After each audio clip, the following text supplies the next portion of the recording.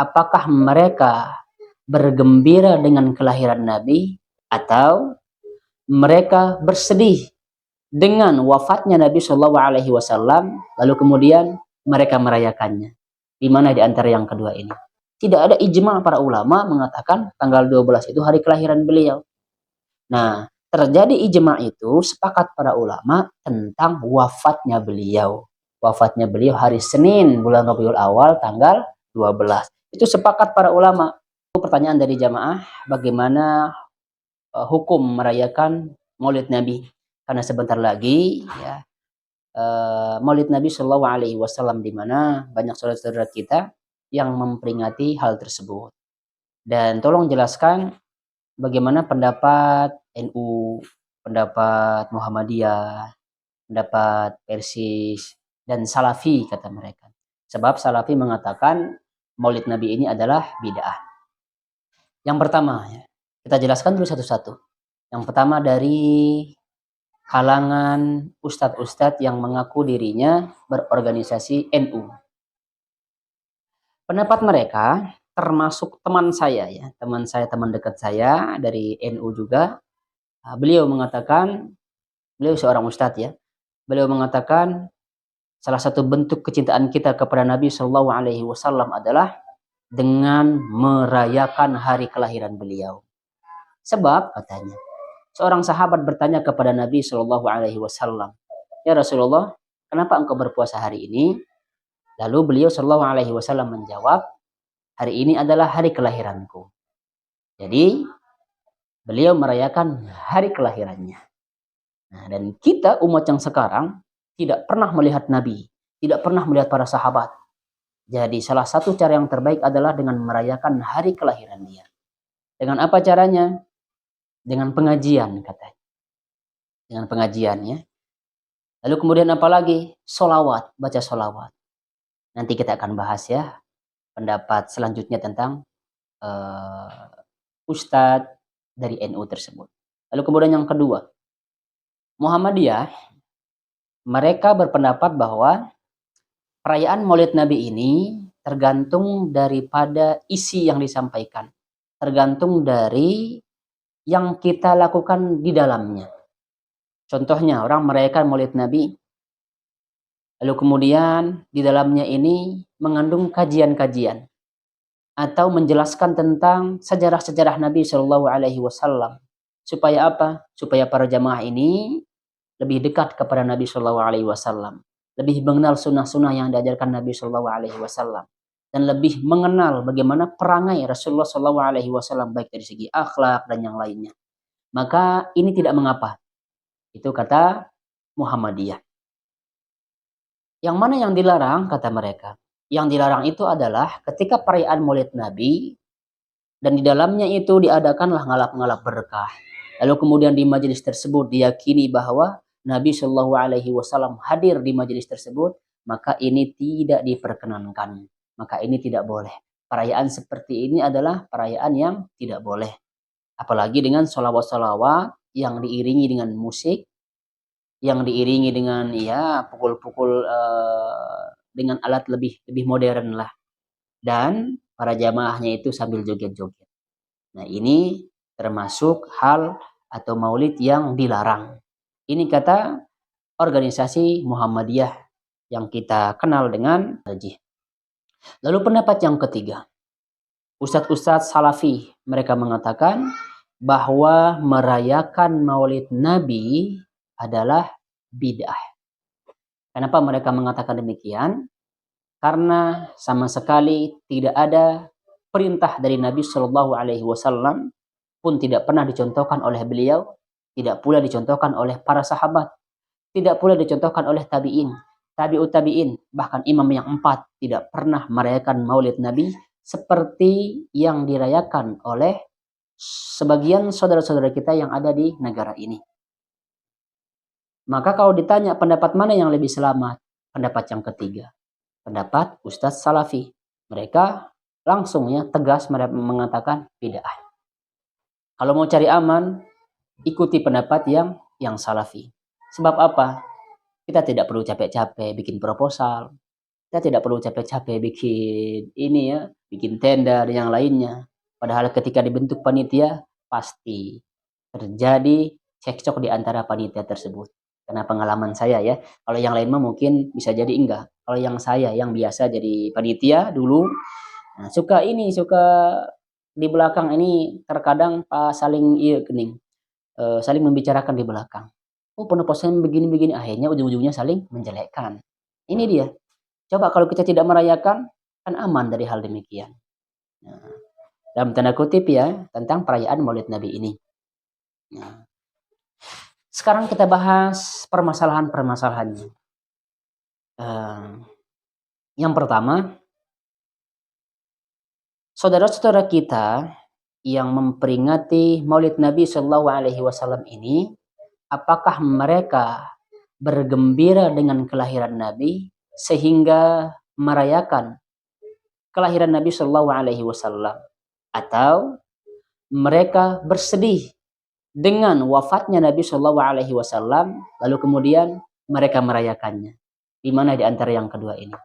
Dan kita lihat di majelis yang mana yang lebih dominan ini?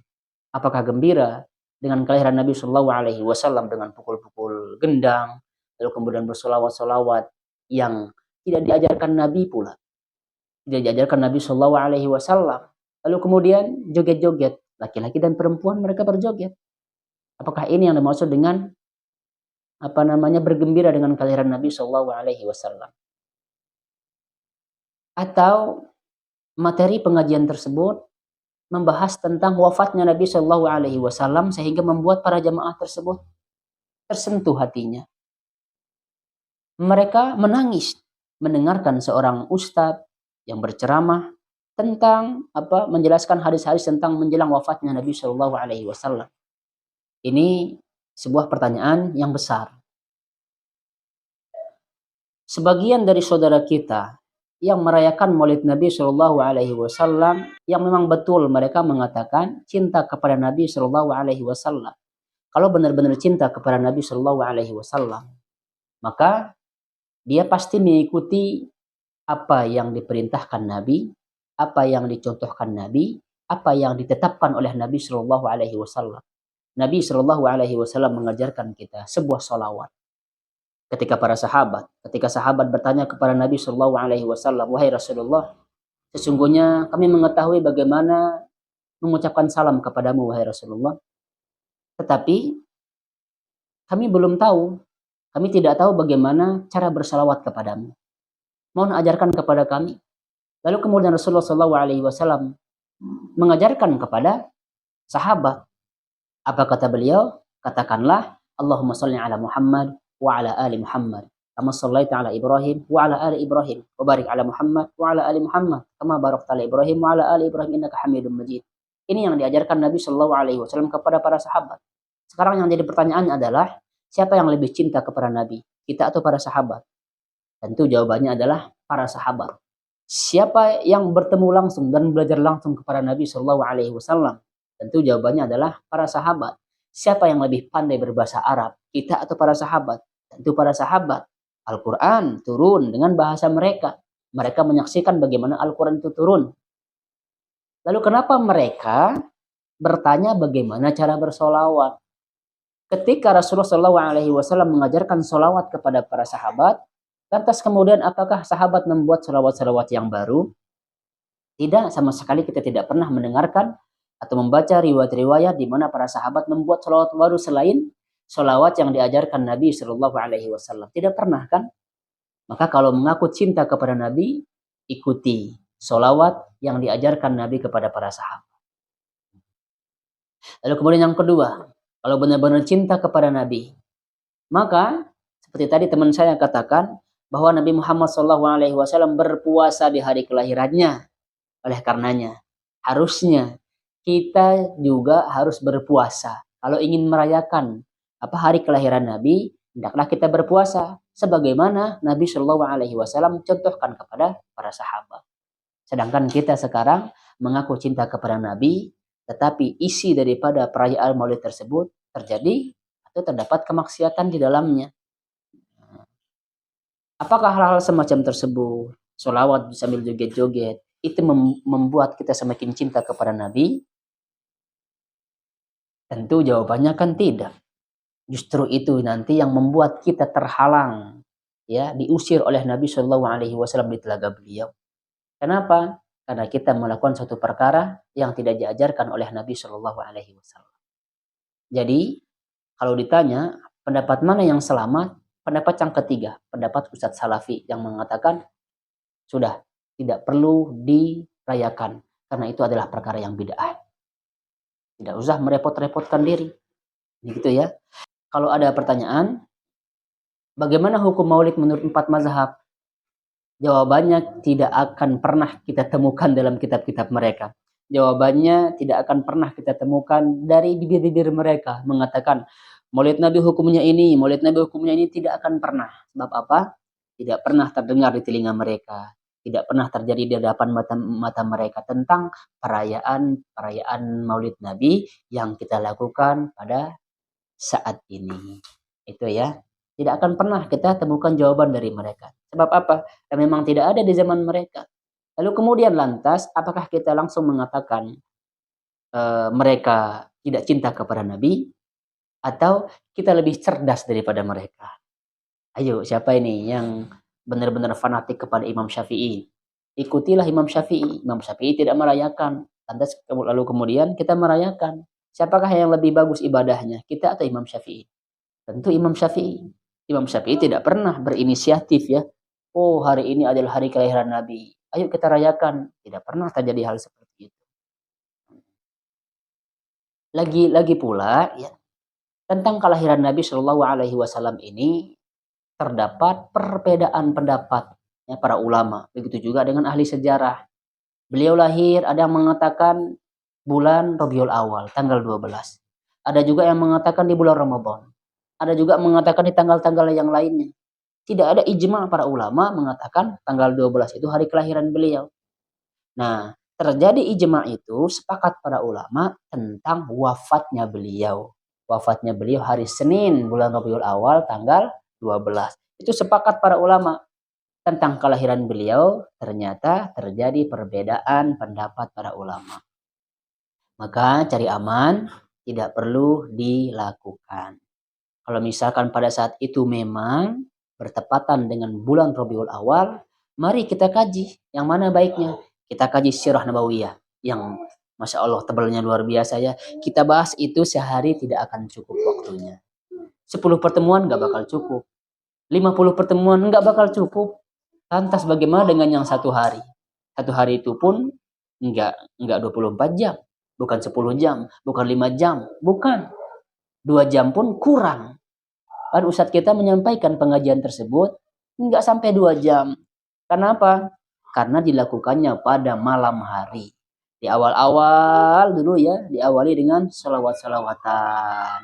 Panggil sambil senang-senang gitu ya. Nah, lalu kemudian nanti ustadznya datang di tengah malam jam 10. Datang ustadznya, ngobrol dulu sama panitia, lalu kemudian naik ke panggung, ceramahnya sebentar. Setelah itu lagi ya pukul-pukul gendang. Nah, itu yang terjadi. Setelahnya apa? Makan-makan. Ilmunya mah sedikit yang saya dapatkan. Tapi cara yang lebih baik adalah kalau misalkan bertepatan dengan 12 Rabiul Awal, ayo kita bahas saja. Mengingat kembali materi-materi tentang Sirah Nabawiyah dan yang lain. Insya Allah kalau kita bahas tuntas tentang Sirah Nabawiyah, kita akan lebih dekat, kita akan lebih cinta, kita akan lebih mengenal bagaimana Nabi Shallallahu Alaihi Wasallam, bagaimana perangai beliau, bagaimana akhlak beliau, bagaimana sikap beliau tentang menghadapi ini dan itu, Masya Allah luar biasa. Dan tentunya pertemuan ke-1, ke-2, ke-10 nggak bakal habis kalau kita bahas tentang Sirah Nabawiyah. Inilah yang terbaik kalau bertepatan dengan bulan Rabiul Awal. Mudah-mudahan ini ada manfaatnya. Subhanakallahumma bihamdika asyhadu an la ilaha illa anta astaghfiruka wa atubu ilaik. Assalamualaikum warahmatullahi wabarakatuh.